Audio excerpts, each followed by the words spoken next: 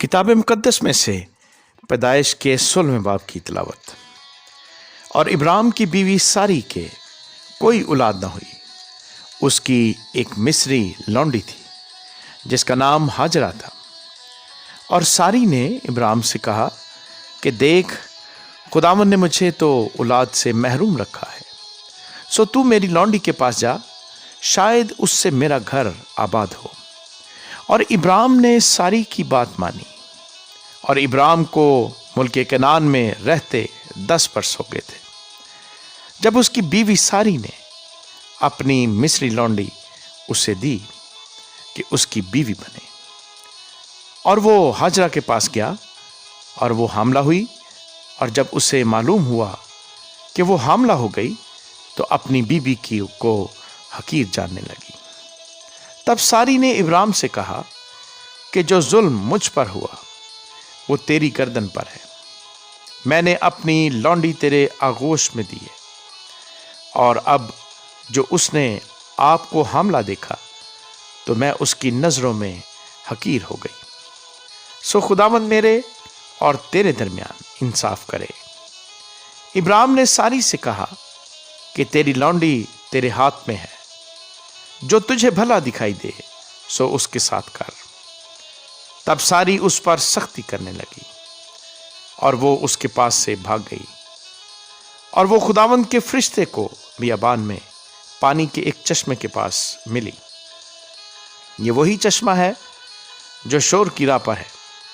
और उसने कहा, ऐ सारी की लौंडी हाजरा, तू कहाँ से आई है और किधर को जाती है?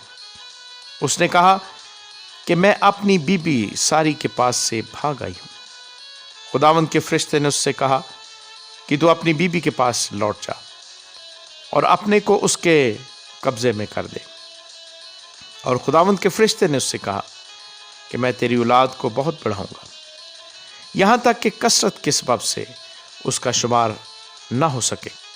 और खुदावंद के फरिश्ते ने उससे कहा कि तू हामला है और तेरे बेटा होगा, उसका नाम इस्माइल रखना, इसलिए कि खुदावंद ने तेरा दुख सुन लिया।